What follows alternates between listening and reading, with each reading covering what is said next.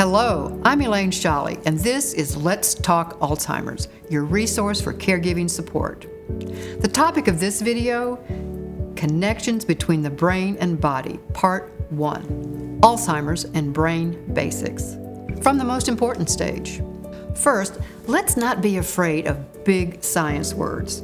They're good to know. When Alzheimer's or any disease invades the brain, big science words help explain the mystery behind a patient's behavior. Plus, when a doctor uses them, we'll understand him. To begin, the brain is divided into three parts: the cerebrum, the cerebellum, and the brainstem. Together, they control all the messages between our brain and body. So here we go. The cerebrum is that wrinkled gray mass we identify as the brain. Its scientific name is the cerebral cortex. We can't tell by looking, but the cortex is divided into four lobes: the frontal lobe, the parietal lobe, occipital, and the temporal lobes. They make us who we are. However, when invaded by disease, these connections are lost. So, to start, the frontal lobe, the youngest part of the brain, helps us decide how we talk and behave with others. Patients struggle to make decisions. Mom may begin to swear like a sailor, or Uncle Joe, he waters the front yard in his underwear. The parietal lobe manages the senses. It helps us feel vibrations and temperature and identifies facial expressions and pain. When the room temperature is 75 degrees, Mom is cold. Her brain thermostat is out of whack. Uncle Joe feels his belt is too tight, but he's not wearing a belt. Next, the occipital lobe is about visual signals. It helps the brain identify depth of field, color, shapes, and motion. It helps explain what we see, the stories of places, faces, and language. Mom's not sure where she is, even in her own kitchen. Or Uncle Joe thinks his granddaughter is his 40-year-old daughter. The temporal lobe identifies self-image and emotions, how we respond to touch, hearing, and taste. It's responsible for feelings of hunger, thirst, appetite, and sexual desire. At 87, Uncle Joe has the hots for the lady next door. He's unable to control his emotions. When Alzheimer's is the subject, the lobes of the brain are involved.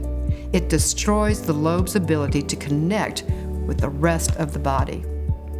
Once a caregiver understands what Alzheimer's is doing to the brain, it's easier to understand a patient's behavior. That was the cerebrum.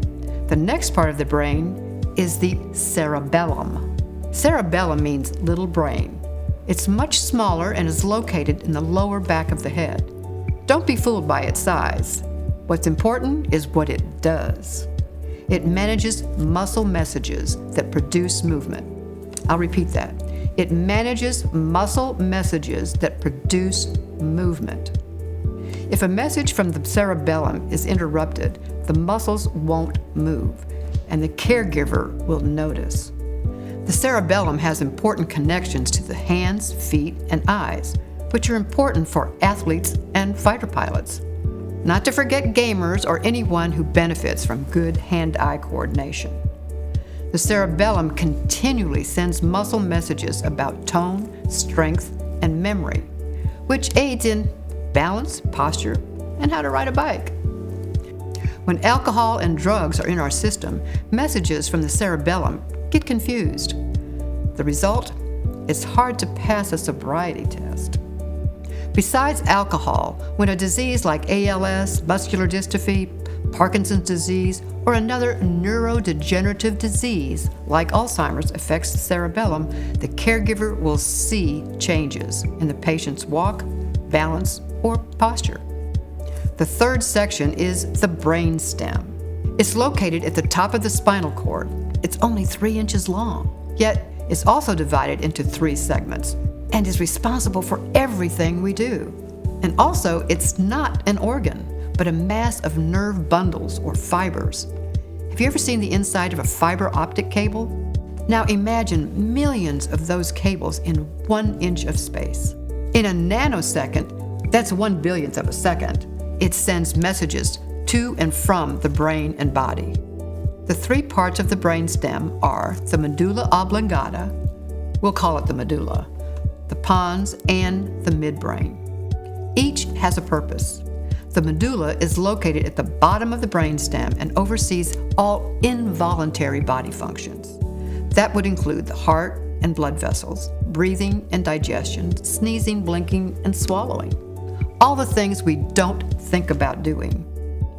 We can't survive without a medulla.